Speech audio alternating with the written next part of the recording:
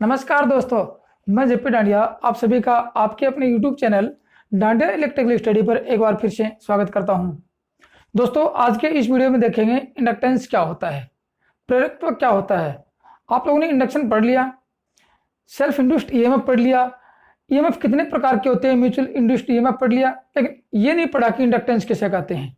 तो दोस्तों, आज के इस वीडियो में इंडक्टेंस के बारे में संपूर्ण चर्चा करेंगे। इंडक्टेंस कितने प्रकार के होते हैं, इंडक्टेंस का फॉर्मूला क्या होता है, इंडक्टेंस किन किन बातों पर निर्भर करता है, और कॉइल में इंडक्टेंस अधिक होगा तो क्या होगा, कॉइल में इंडक्टेंस कम होगा तो क्या होगा, उस इंडक्टेंस का कॉइल में कितना प्रभाव है या ईएमएफ पर कितना प्रभाव पड़ेगा, और इंडक्टेंस के फॉर्मूले के आधार पर किन किन बातों पर निर्भर करता है। इन सभी के बारे में आज विस्तारित रूप से चर्चा करेंगे और अच्छी तरह से अध्ययन करेंगे। तो दोस्तों, इन सभी बातों को जानने के लिए आप वीडियो पर लास्ट एंड तक बने रहें, अर्थात वीडियो को लास्ट एंड तक देखें। और दोस्तों, आपको रिफरेंस के लिए बता दूं कि अपना जो इलेक्ट्रिकल थ्योरी का सिलेबस चल रहा है उसमें विद्युत चुंबक एवं चुंबकत्व का चैप्टर चल रहा है, जिसमें आज लेक्चर नंबर 44 में इंडक्टेंस के बारे में चर्चा कर रहे हैं। दोस्तों, यदि आप लोग ये चाहो कि कंटिन्यू स्टडी करें, इलेक्ट्रिशियन नियमित पैटर्न के आधार पर इलेक्ट्रिशियन थ्योरी का सिलेबस पढ़ें, तो आप प्लेलिस्ट में जाकर संपूर्ण वीडियो के नंबर से मैंने प्रत्येक वीडियो का नंबर लगा रखे हैं कि सीरियल वाइज सिलेबस के आधार पर आप नंबर से अपना कंटिन्यू अध्ययन कर सकते हो और अच्छी तरह अध्ययन करके अपनी सफलता को प्राप्त कर सकते हो। तो चलिए दोस्तों, आज शुरू करते हैं। प्रेरकत्व क्या होता है। देखो, इंडक्टेंस को प्रेरकत्व कहते हैं। अब आप लोगों को पता है इंडक्टेंस, सब देखो, इंडक्टर आया, इंडक्शन आया, ठीक है नहीं, इंडक्टर, इंडक्शन, और इंडक्शन के बाद में इंडक्टेंस, और इंडक्टेंस के बाद में आएगा रिएक्टिव इंडक्टेंस क्या होता है, ठीक है ना। रिएक्टिव इंडक्टेंस क्या होता है या इंडक्टिव रिएक्टेंस क्या होता है, ये आएगा। मतलब आगे धीरे धीरे बढ़ते जाएंगे तो कॉइल का संपूर्ण रूप आएगा। तो आज के इस वीडियो में देखते हैं इंडक्टेंस और रिएक्टिव इंडक्टेंस, देखेंगे एसी थ्योरी के चैप्टर में, जहां आज पढ़ेंगे तभी वो समझ में आएगा। तो देखते हैं क्या होता है। आप लोगों ने पढ़ा था कि जब कोई कॉइल होती है, देखो ये कॉइल बनाता हूं, आप लोगों को दिखाता हूं मैं, ये कोई कॉइल बना दिया, सोलेनॉइड बना दी, ये। अब आप लोगों ने लेंज का नियम पढ़ा, फैराडे का नियम पढ़ा, फ्लेमिंग के नियम पढ़े, ओरस्टेड के नियम पढ़े। यदि उन नियमों को अच्छी तरह आपने दिमाग में बैठा रखा है या आपको अच्छी तरह याद है, तो आज के इस इंडक्टेंस में समझने में आपको देर नहीं लगेगी और अच्छी तरह समझ में आ जाएगा, क्योंकि वही नियम, आज उन संपूर्ण नियमों का यहाँ पालन होगा और नियमों के आधार पर यहाँ इंडक्टेंस का वर्गीकरण होगा। देखिए कैसे। आप लोगों ने एक बार मान लीजिए कि हाँ, विद्युत धारा सप्लाई प्रदान की, डीसी लगा देते हैं। एक बार आप लोग डीसी लगाई, तो मान लीजिए कि आपने डीसी का जो स्विच ऑन करते हैं, यहां से विद्युत धारा लगाई, चलो डीसी लगा देते हैं। विद्युत धारा जो आप लोग स्विच ऑन करते हैं, विद्युत धारा एक बार झटके के साथ प्रवाहित होती है। मान लीजिए कि आपने विद्युत धारा प्रवाहित की, तो क्या हुआ, यहां फ्लक्स का परिवर्तन हुआ, फ्लक्स प्रवाहित होगा, धारा प्रवाहित होगी और फ्लक्स जाएगा, फ्लक्स एक बार अधिकतम मान को प्राप्त करेगा। तो जो फ्लक्स का मान अधिक होगा, देखो इस कॉइल में जो फ्लक्स का मान अधिक होगा तो इस कॉइल के साथ स्पर्श करेगा, और एक बार 1 मिलीसेकंड मान लो, चाहे 1-2 मिलीसेकंड मान लो, यहां फैराडे का नियम सिद्ध होगा और ईएमएफ उत्पन्न हो जाएगा। लेकिन उसके बाद में डीसी है, स्थिर रहेगी, ठीक है, लेकिन कोई धारा का परिवर्तन नहीं होगा। तो यहाँ पे किसी प्रकार का कोई ईएमएफ उत्पन्न नहीं होगा। एक बार जब इसको ऑन करते हैं तो ईएमएफ उत्पन्न होता है फैराडे के नियमानुसार, और एक बार इसको जब ऑफ करते हैं, ये ऑन किया और फिर इसको ऑफ करते हैं, तो फिर ईएमएफ उत्पन्न होता है। मतलब डीसी में क्या होगा, ईएमएफ उत्पन्न होगा, ऑन ऑफ करने के तुरंत बाद रेगुलर, मतलब रेगुलेशन तरीके से, रेगुलर नहीं होगा। तो आप लोगों ने देखिए ईएमएफ उत्पन्न क्यों हुआ, वो आप लोगों ने देखा था कि ईएमएफ उत्पन्न होने का फैराडे का नियम था क्या, कि फ्लक्स चाहिए प्लस चालक तार चाहिए और प्लस परिवर्तन, गति चाहिए, परिवर्तन चाहिए आप लोगों को, परिवर्तन ये चाहिए आप लोगों को, तभी तो ईएमएफ उत्पन्न होगा। अब आप लोगों ने डीसी का स्विच ऑन किया, एक बार परिवर्तन हुआ फ्लक्स का, चालक तार था ही, फ्लक्स का परिवर्तन हो गया, ईएमएफ उत्पन्न हो गया। फिर दोबारा आप लोगों ने डीसी ऑफ की, तो वो धारा का मान 0 हुआ, फ्लक्स का परिवर्तन हुआ और ईएमएफ उत्पन्न हो गया, लेकिन बीच में नहीं हुआ। इसलिए कहते हैं यहाँ डीसी ने लगाकर इसको बार बार फ्लक्स परिवर्तन करवाएं, तो यहाँ एसी लगा देते हैं। देखो यहाँ एसी विद्युत धारा सप्लाई प्रदान की, और आप लोगों को पता है कि एसी खुद परिवर्तनशील होती है ऐसे, ठीक है ना। एसी का मान समय के साथ दिशा और मान बदलता रहता है, इसलिए उसका मान परिवर्तनशील, इसलिए कह सकते हैं कि परिवर्तनशील धारा इसमें प्रवाहित करवाते हैं। क्या कहेंगे, परिवर्तनशील धारा इसमें प्रवाहित करवाते हैं। इसमें परिवर्तनशील धारा हुई तो चुंबकीय फ्लक्स का मान हुआ। अब चुंबकीय फ्लक्स होगा किधर, आप लोगों ने ओरस्टेड का नियम पढ़ा होगा कि इसमें जब विद्युत धारा प्रवाहित करवाते हैं तो इसके चारों ओर चुंबकीय फ्लक्स स्थापित होता है। चुंबकीय फ्लक्स और चालक दोनों एक दूसरे के परपेंडिकुलर होते हैं। जैसे यहाँ इसमें चुंबकीय, तो यहाँ गोल गोल चुंबकीय फ्लक्स स्थापित होगा, तो इस चालक तार के केंद्र बिंदु से जैसे धारा जा रही है वो और ये चुंबकीय फ्लक्स दोनों एक दूसरे के परपेंडिकुलर होते हैं। तो धारा का मान कितना होगा, धारा का मान इधर उधर, चुंबकीय फ्लक्स ऐसे होगा। ठीक है, जैसे यहाँ आप लोगों ने देखा था कि ये क्रॉस का निशान लगाया, तो इसका चुंबकीय फ्लक्स कैसा होगा, ऐसे घूमेगा इसका चुंबकीय फ्लक्स, क्योंकि ये अंगूठा धारा की दिशा में, तो मुड़ी हुई अंगुलियां। यदि यहाँ धारा बाहर आती है तो इसका चुंबकीय फ्लक्स एंटी क्लॉकवाइज रहेगा। ये आप लोगों ने अच्छी तरह देख लिया। तो यहाँ होगा कि ये सोलेनॉइड है, यहाँ सोलेनॉइड में विद्युत धारा प्रवाहित करवाई, कौन सी, एसी करवाई, तो चुंबकीय फ्लक्स परिवर्तनशील होगा। और चुंबकीय फ्लक्स परिवर्तनशील होगा तो मतलब कि फ्लक्स परिवर्तनशील है तो इसमें विद्युत धारा, इसमें ईएमएफ उत्पन्न होगा फैराडे के नियमानुसार। और वो ईएमएफ इस लगाए गए वोल्टेज का विरोध करेगा, जो बल लगाया उसका विरोध करेगा, क्योंकि इसके कारण उत्पन्न हो रहा है। ये किसका नियम बोलता है, ये लेंज का नियम बोलता है। इसलिए मैंने आपको पहले फैराडे का नियम पढ़ाया, फिर लेंज का नियम पढ़ाया, पहले उससे पहले ओरस्टेड का नियम पढ़ाया, फिर फ्लेमिंग के नियम पढ़ाए, सब नियम पढ़ाए, क्योंकि आज आपको अच्छी तरह समझ में आ जाए।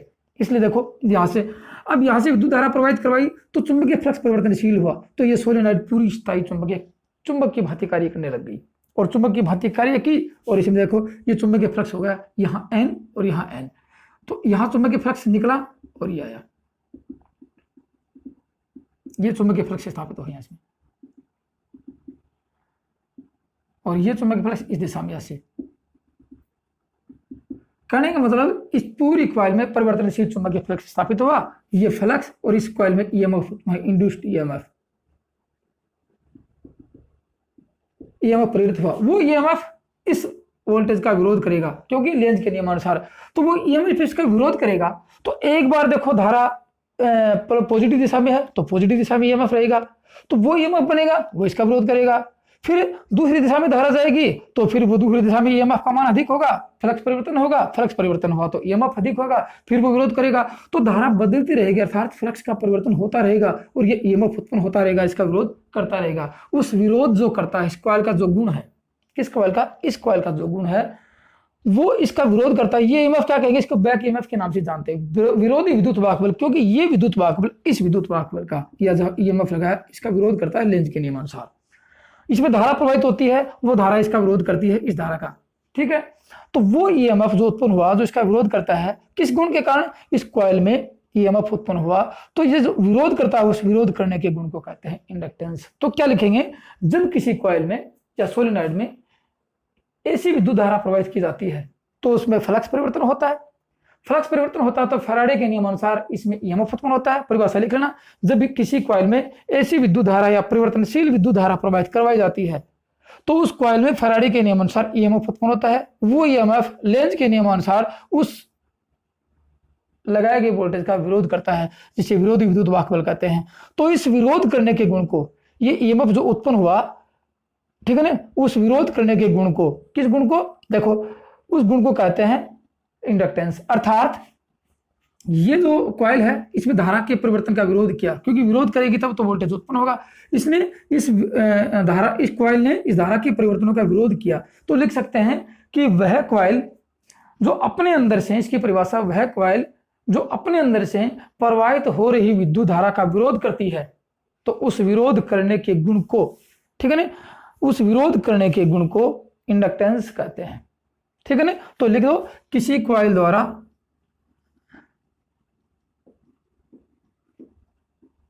अपने अंदर से प्रवाहित विद्युत धारा के परिवर्तनों का विरोध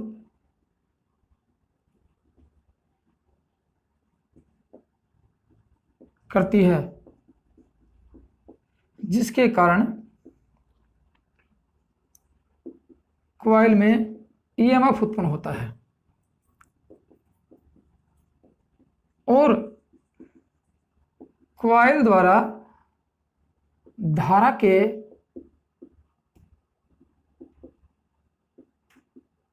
परिवर्तनों के विरोध करने के गुण को इंडक्टेंस कहते हैं, अर्थात प्रेरकत्व कहते हैं। ये तो थी इसकी परिभाषा। इसने विरोध किया धारा के परिवर्तन का और जिसके कारण ईएमएफ उत्पन्न हुआ, तो उस विरोध करने के गुण को इंडक्टेंस कहते हैं। ये तो थी इसकी परिभाषा। अब देखो छोटा सा एक इंपॉर्टेंट चीज निकल के आ गया यहाँ से, जो परीक्षा में बहुत काफी बार आता है कि जो इसने विरोध किया, तो इस विरोध देखो इसमें विद्युत धारा प्रवाहित हुई, चुंबकीय फ्लक्स स्थापित हुआ, चुंबकीय फ्लक्स स्थापित हुआ, चालक तार का खुद का चुंबकीय फ्लक्स स्थापित हुआ। इसका मतलब इस चालक तार ने, इस कॉइल ने स्वयं का चुंबकीय फ्लक्स स्थापित कर लिया, क्योंकि इसके अंदर धारा ये इंड्यूस्ड ईएमएफ का बैक धारा चलेगी, बैक धारा खुद का चुंबकीय फ्लक्स स्थापित करेगी। तो इसमें धारा परिवर्तन, इसमें धारा प्रवाहित करते ही इसने चुंबकीय क्षेत्र के रूप में और एनर्जी स्टोर कर, मतलब कि इसमें ऊर्जा, क्योंकि ये भी ऊर्जा है, विद्युत ऊर्जा दे रहे हैं, इस ऊर्जा का विरोध इस ऊर्जा ने किया। तो इसके अंदर क्या हुआ, विरोध करने के लिए ऊर्जा चाहिए आपको, ठीक है ना। विरोध करने के लिए क्या चाहिए, उस कॉइल को ऊर्जा की आवश्यकता होती है। तो इसमें विद्युत धारा प्रवाहित करते ही इसने चुंबकीय क्षेत्र के रूप में ऊर्जा स्टोर कर लिया अपने अंदर, ठीक है ना। तो नोट लगा क्या लिखेंगे, इस कॉइल, ये कॉइल, कौन सी कॉइल, ये कॉइल चुंबकीय क्षेत्र के रूप में अपने अंदर एनर्जी स्टोर कर लेती है। तो परीक्षा में काफी बार आता है, इंडक्टर ऐसा कौन सा कंपोनेंट है या किसी कौन सी कॉइल अपने अंदर चुंबकीय क्षेत्र स्टोर करती है, चुंबकीय ऊर्जा स्टोर करती है। तो ये कॉइल अपने अंदर चुंबकीय क्षेत्र के रूप में ऊर्जा स्टोर करती है। नोट लगा के एक और लिख लो कि कोई भी इंडक्टर, ये इंडक्टर है, नोट, कोई भी इंडक्टर, कोई भी या कॉइल या इंडक्टर बताएं क्या होता है। इंडक्टर अपने अंदर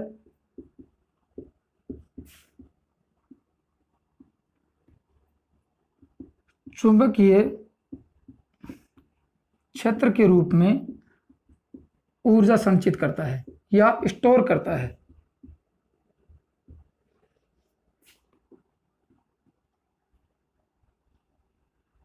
अब बताओ कॉइल, इस कॉइल के अंदर कौन सी ऊर्जा स्टोर हुई, चुंबकीय क्षेत्र के रूप में ऊर्जा स्टोर हो गई है। ये तो थी बात इसकी। अब आगे और पढ़ते हैं इंडक्टर के, अपने इंडक्टेंस के फॉर्मूले क्या होते हैं। तो सिर्फ ओनली परिभाषा थी। इंडक्टेंस के फॉर्मूले क्या होते हैं, इंडक्टेंस किन किन बातों पर निर्भर करता है और कॉइल में इंडक्टेंस कितना होना, कितना होता है, वो देख लेते हैं। अब देखो इंडक्टेंस, देखो आप लोगों ने देखा था कि फैराडे के सेकंड नियम के अनुसार इसमें ईएमएफ उत्पन्न हुआ, वह फैराडे का पहला नियम। उस ईएमएफ ने विरोध किया, वह लेंज का नियम। उस ईएमएफ की धारा की दिशा क्या रहेगी, वो फ्लेमिंग का दाएं हाथ का नियम। इस ईएमएफ की दिशा क्या रहेगी, वो फ्लेमिंग का दाएं हाथ का नियम।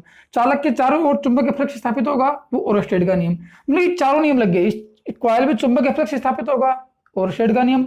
इसमें ईएमएफ उत्पन्न होगा, फैराडे का पहला नियम। कितना ईएमएफ उत्पन्न होगा वो भी बताएंगे, वो फैराडे का सेकंड नियम। वो ईएमएफ इस बल का विरोध करेगा, वो लेंज का नियम। चार नियम आ गए हैं। फ्लेमिंग का दाएं हाथ का नियम तो यहाँ नहीं, क्योंकि चालक में गति दिखाएगा, तो वो बात अलग है। अब ये होगी बात यहाँ से कि ईएमएफ कितना होगा। देखो ईएमएफ की बात करते हैं। ई समानुपाती आप लोगों ने देखा था कि ईएमएफ फ्लक्स परिवर्तन की दर के समानुपाती होता है, अर्थात डी आई और डी टी धारा परिवर्तन का विरोध करती है और जिसके कारण ईएमएफ उत्पन्न होता है। तो चाहिए लिख दो d phi upon d t, क्योंकि धारा का परिवर्तन होगा तो फ्लक्स का परिवर्तन होगा और फ्लक्स का परिवर्तन होगा तो ये है फ्लक्स का परिवर्तन की दर के समानुपाती दर, क्योंकि टाइम के अनुसार धारा बदल रही है, respect to time change to धारा, करंट बदल रही है। तो ये हो गया। अब देखो ये समानुपाती क्या है, मैंने आपको उस दिन में बताया था कि फैराडे के नियम अनुसार ई समानुपाती D I upon d T होता है। तो ये क्या है, ये कांस्टेंट है। ईएमएफ किसके कारण हुआ, इस धारा के परिवर्तन के विरोध के कारण, जिसको इंडक्टेंस कहते हैं। तो कॉइल का वह गुण जो धारा के परिवर्तन का विरोध करता है और जिसके कारण ईएमएफ उत्पन्न होता है, ये कांस्टेंट। कांस्टेंट क्या है, इंडक्टेंस ही है। और इंडक्टेंस को दोस्तों एल से दर्शाते हैं, ठीक है ना। तो बात आ गई कि इंडक्टेंस को एल से दर्शाते हैं। ये लिख लो, इंडक्टेंस या प्रेरकत्व, परिभाषा तो पहले लिख ली, को एल से दर्शाते हैं और इसकी इकाई हेनरी होती है। हेनरी की परिभाषा होता है, तो हेनरी किसे कहते हैं, इसकी इकाई हेनरी होती है। अब हेनरी किसे कहते हैं, एक हेनरी की बात करें। देखो हेनरी की बात करें,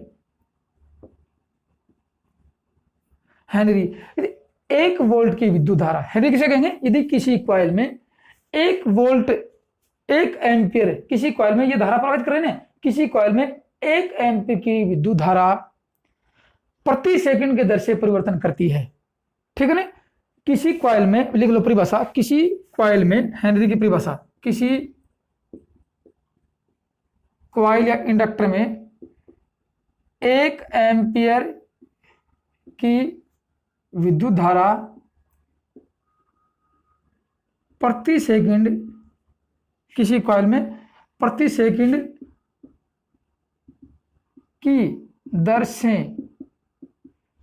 परिवर्तन करती है, या परिवर्तन करने पर उस कॉइल में या उस इंडक्टर में 1 वोल्ट उत्पन्न हो जाता है, 1 वोल्ट उत्पन्न होता है, तो उस कॉइल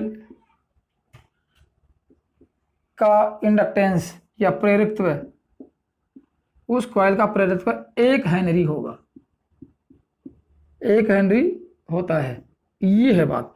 मतलब इस कॉइल में 1 वोल्टेज लगाएंगे और 1 वोल्टेज 1 सेकंड में परिवर्तन होता है, मतलब कि 1 एम्पियर धारा चलाएंगे, इस कॉइल में 1 एम्पियर धारा प्रवाहित की और 1 सेकंड में उसने परिवर्तन किया, तो इस कॉइल में 1 वोल्टेज उत्पन्न हो जाता है, यहाँ 1 वोल्टेज उत्पन्न हो जाता है, तो इस कॉइल में इंडक्टेंस का मान कितना है?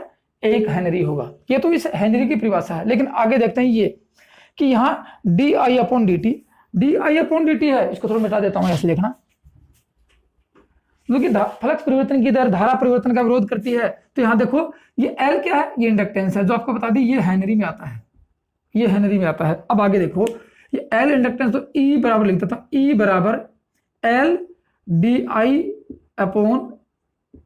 ये धारा का परिवर्तन। अब आप लोगों को पता है कि लेंज के नियम अनुसार यह धारा, कौन सी धारा? लेंज के नियम अनुसार ये धारा प्रवाहित या वोल्टेज जो इसका विरोध करता है, तो इसको क्या कहेंगे कि E विरोध करता है तो -L और di/dt। ये आप लोगों ने पिछली वीडियो में अच्छी तरह देख लिया था कि ये कौन सा ईएमएफ है? स्वप्रेरित ईएमएफ है, L di/dt।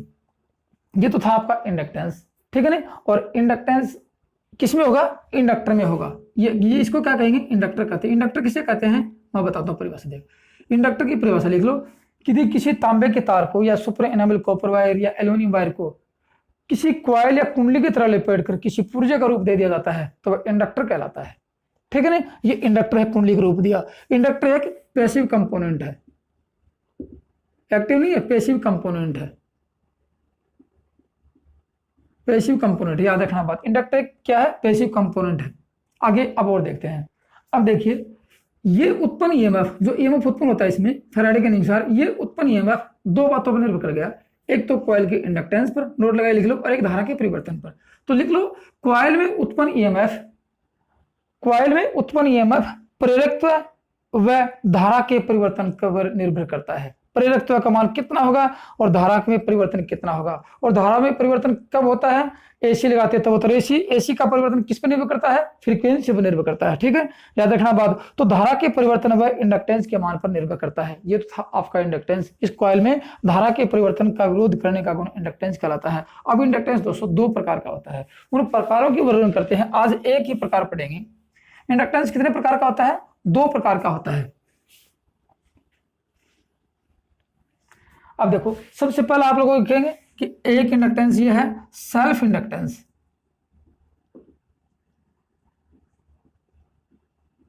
इसको बोलते हैं स्वप्रेरित्व, और दूसरा है म्यूचुअल इंडक्टेंस,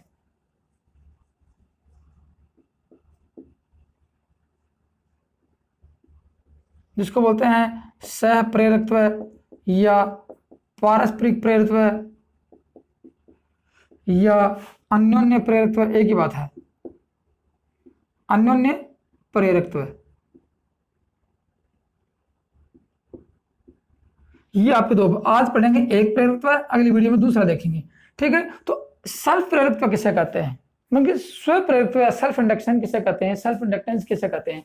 अब देखो, इस कॉइल में जो ईएमएफ उत्पन्न हुआ वो तो कहते हैं इंडक्टेंस, धारा का परिवर्तन हुआ जिसके कारण ईएमएफ उत्पन्न हुआ, उसको जो धारा का परिवर्तन होता है उसको कहते हैं इंडक्शन, ये अपने इंडक्टेंस, ठीक है ना। तो ये ईएमएफ जो उत्पन्न होता है धारा का परिवर्तन है। देखो अब इसमें परिभाषा क्या लिखेंगे सेल्फ में, यदि किसी कॉइल में, देखो इसी कॉइल में, किसी कॉइल में यदि परिवर्तनशील धारा प्रवाहित करते हैं, अर्थात ऐसी धारा प्रवाहित की जाए, किसी कॉइल में परिवर्तनशील धारा प्रवाहित करते हैं अर्थात ऐसी धारा प्रवाहित की जाए, तो उस कॉइल, वह कॉइल उस खुद में प्रवाहित हो रही धारा के परिवर्तन का विरोध करती है।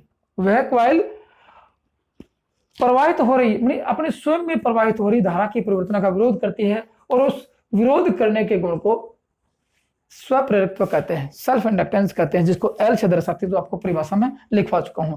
अब विरोध क्यों होगा, देखो जब तक इसमें ईएमएफ उत्पन्न नहीं होगा तब तक इसका ये कॉइल विरोध नहीं करेगी। ईएमएफ उत्पन्न कब होगा, देखो ईएमएफ उत्पन्न होगा जब धारा में परिवर्तन होगा, धारा में परिवर्तन होगा कॉइल विरोध करेगी, और विरोध करेगी तो ईएमएफ उत्पन्न होगा।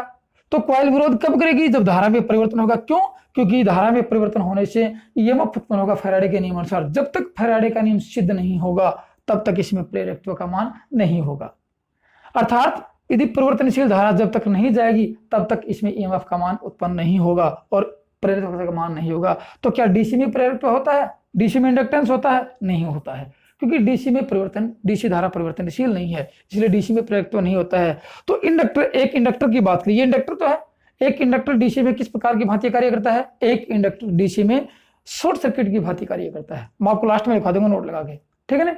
तो इसमें क्या लिखेंगे, यदि किसी कॉइल में, परिभाषा लिख लो, किसी कॉइल में यदि ऐसी विद्युत धारा या परिवर्तनशील विद्युत धारा प्रवाहित की जाए तो वह कॉइल उस परिवर्तनशील धारा में परिवर्तन का विरोध करती है। उस विरोध करने के गुण को सेल्फ ये इंडक्टेंस कहते हैं या स्वप्रेरकत्व कहते हैं, जिसको एल से दर्शाते हैं, और जिसकी इकाई हेनरी होती है, आप लोग पढ़ चुके हो, ठीक है। अब हेनरी की परिभाषा मैंने आपको लिखवा दी।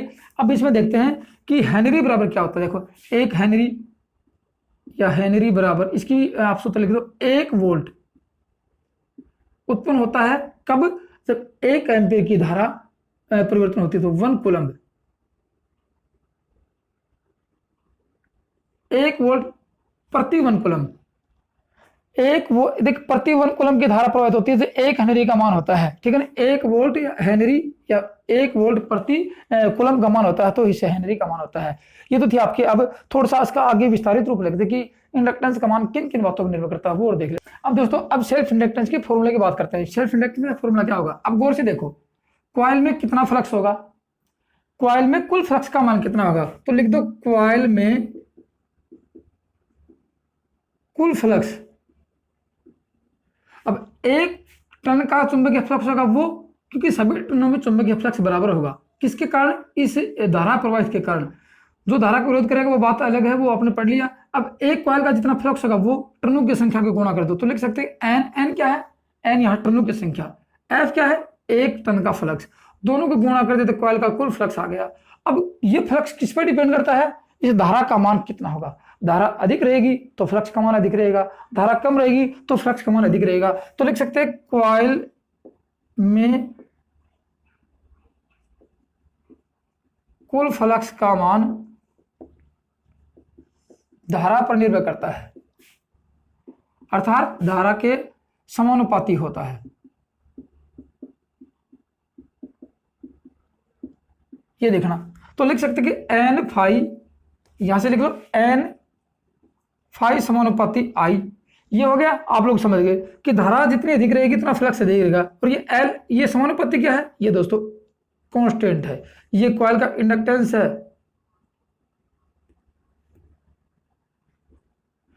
ये पहले निर्भर की आपने कॉइल में इलेक्ट्रॉन की संख्या कितनी लगाई, चालकता कितना लंबा लिया, उस पर डिपेंड करता है, जिसको बोलते हैं इंडक्टेंस। ये इंडक्टेंस ही है जो धारा के परिवर्तनों का विरोध करता है, समानुपाती, यही वो इंडक्टेंस है। लिख सकते हैं कि एन फाई बराबर, यहाँ ये क्या इंडक्टेंस एल है, तो लिख दो एल इंटू आई। यहां तक की बात साबित होगी कि अब आगे और देखिए इसको हल करते हैं, अपन को निकालना क्या है, इंडक्टेंस का मान निकालना है। तो एल बराबर एन फाई अपॉन आई, ये आपका इंडक्टेंस निकल के आ गया, जो कि आपकी किताबों में छुपा होता है कि ये हेनरी में है, ये यही वो। तो इसका मान कॉइल में टर्नों की संख्या पर और फ्लक्स के मान पर निर्भर करता है कि फ्लक्स में फ्लक्स परिवर्तन कितना होगा, उसके ऊपर डिपेंड करता है। फ्लक्स परिवर्तन नहीं होगा, फ्लक्स परिवर्तन का मान 0, इंडक्टेंस का मान 0। फ्लक्स परिवर्तन होगा, इधर धारा में परिवर्तन होगा, फ्लक्स में परिवर्तन होगा। फ्लक्स परिवर्तन का मान, ये धारा में परिवर्तन 0 तो फ्लक्स परिवर्तन 0, तो इस एल का मान 0। ठीक है ना। तो ये कब होगा, जब फ्लक्स में परिवर्तन होगा और वो धारा परिवर्तन होगा तब भी होगा। इसलिए लिख सकते हैं एन दोनों की संख्या जितनी बढ़ा दी जाए, फ्लक्स परिवर्तन का मान, इसमें एल का मान बढ़ जाएगा, अर्थात इंडक्टेंस बढ़ जाएगा। फ्लक्स का मान बढ़ा दिया जाए, फ्लक्स परिवर्तन की दर बढ़ा दी जाए तो फिर एल का मान बढ़ जाएगा, और धारा की मान बढ़ा दी जाए तो एल का मान बढ़ जाएगा। इसका मतलब डिपेंड करता है कॉइल में टर्नों की संख्या पर और फ्लक्स परिवर्तन की दर के ऊपर डिपेंड करता है। ये तो था आपका इस एल का मान। आगे इसको और हल किया जाए, थोड़ा सा आगे और इसको गहराई से देखा जाए तो आगे देखो इस फाई का मान, फाई की बात करते हैं। देखो आप लोगों ने देखा होगा बी बराबर, बी क्या है, फाई ए होता है। बी चुंबकीय फ्लक्स घनत्व, मैग्नेटिक फ्लक्स डेंसिटी होती है, जिसको जो वेबर प्रति मीटर में होता है, आप लोगों ने देखी होगी, ये वेबर प्रति मीटर स्क्वायर में जो होती है कि एक इकाई क्षेत्रफल में जितना चुंबकीय फ्लक्स होता है वह चुंबकीय फ्लक्स घनत्व कहलाता है। और फाई का मान, फाई बराबर होता है बी ए, ये होता है। ठीक है, तो यहां लिख सकते हैं कि एल बराबर, देखो यहां लिख दो एल बराबर एन बी ए और आई। आगे फॉर्मूला ये होता है आपका, आगे फॉर्मूला कौन सा है। अब और गौर से देखा जाए, देखो इस बी का मान, आप लोगों ने देखा ना कि बी का मान डिपेंड करता है बी, ठीक है ना। बी क्या है, बी होता है म्यू एच। आप लोगों ने देखा कि म्यू एच, एच क्या है, चुंबकशीलता। चुंबकशीलता क्या आप लोगों ने बताया होगा, पढ़ा होगा चुंबकशीलता कि चुंबकीय फ्लक्स घनत्व और चुंबकन बल का अनुपात होता है, जिसकी कोई इकाई नहीं होती है अनुपात की। आप लोगों को अच्छी तरह याद होगा कि चुंबकीय फ्लक्स घनत्व बी और चुंबकन बल एच का अनुपात होता है, इसलिए बी का मान एच, इस बी का मान लिख सकते हैं। देखो ये म्यू का मान, म्यू बराबर बी एच होता है, आप लोगों ने पढ़ा था, म्यू बराबर बी अनुपात एच होता है। तो यहाँ बी का मान क्या है, म्यू, बी बराबर म्यू एच है। और एच आप लोगों ने पढ़ा है, एच क्या है, चुंबकन बल है। एच क्या है, ये एक चुंबकन बल होता है। ये जिस कॉइल में विद्युत धारा प्रवाहित करवाएंगे तो चुंबकीय फ्लक्स, चुंबकत्व वाहक बल उत्पन्न होगा, जो चुंबकन बल पैदा करेगा। चुंबकन बल इस कॉइल पर प्रभाव डालेगा, जिसमें चुंबकीय फ्लक्स घनत्व स्थापित होगा और कॉइल चुंबक बन जाएगी। ये होता है इसका मान। तो एच का मान किस पे डिपेंड करता है, कॉइल में धारा के मान पर एच का मान डिपेंड करता है। देखिए एच बराबर होता है एन आई अपॉन एल, आप लोगों ने पढ़ लिया था, ठीक है ना, एल आई अपॉन एन ये पढ़ा था। तो एन, ये एन क्या है, कॉइल में टर्नों की संख्या, कॉइल में प्रवाहित धारा और लंबाई के समानुपाती होता है। तो यहां लिख दो इसका मान, बी का मान। देखो बी का मान क्या लिखेंगे, बी का मान होता है म्यू एच। देखो एल बराबर N mu H upon I, यहां तक देखा। और एच का मान आप लिख दो एच, एल बराबर एन म्यू एन आई अपॉन एल, यहां तक देखा आप लोगों ने, ठीक है ना। यहां तक क्या देख लिया कि म्यू बराबर ये तो बच गया, यहाँ पे बी का मान है ए, यहाँ ए और लगा दो, आगे ए लगा दिया क्योंकि ये तो उसमें है, एरिया है।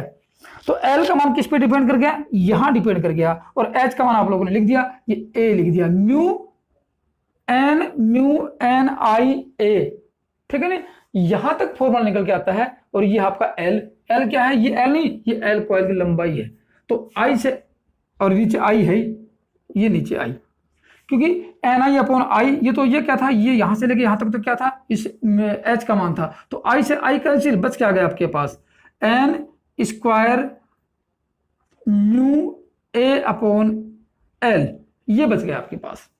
इसका मतलब एन का मान, इस एल का मान, इस इंडक्टेंस का मान किस पे डिपेंड करता है, यहां से। अब आगे थोड़ा और देखा जाए, गहराई से देखा जाए, थोड़ा सा आगे और इसकी आप इसको थोड़ा सा हल करेंगे तो आपके पास बहुत कुछ बड़ा राज निकल के आता है। देखो यहां से इसको नीचे कर दो, एल बराबर एन स्क्वायर अपॉन, ये आ गया एल म्यू ए, ठीक है ना, एल म्यू ए आ गया। और यहां तक दोस्तों आप लोगों ने ये सब बातें आप लोग पीछे पढ़ चुके हो।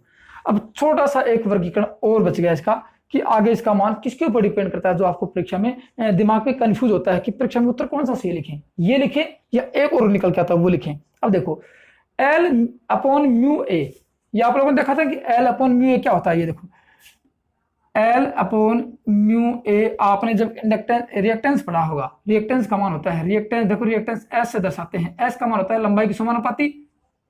रिएक्टेंस क्या होता है, ये है रिएक्टेंस, अर्थात प्रतिष्ठम्भ होता है एस। आप लोगों को पढ़ाया। प्रतिष्ठम्भ क्या होता है?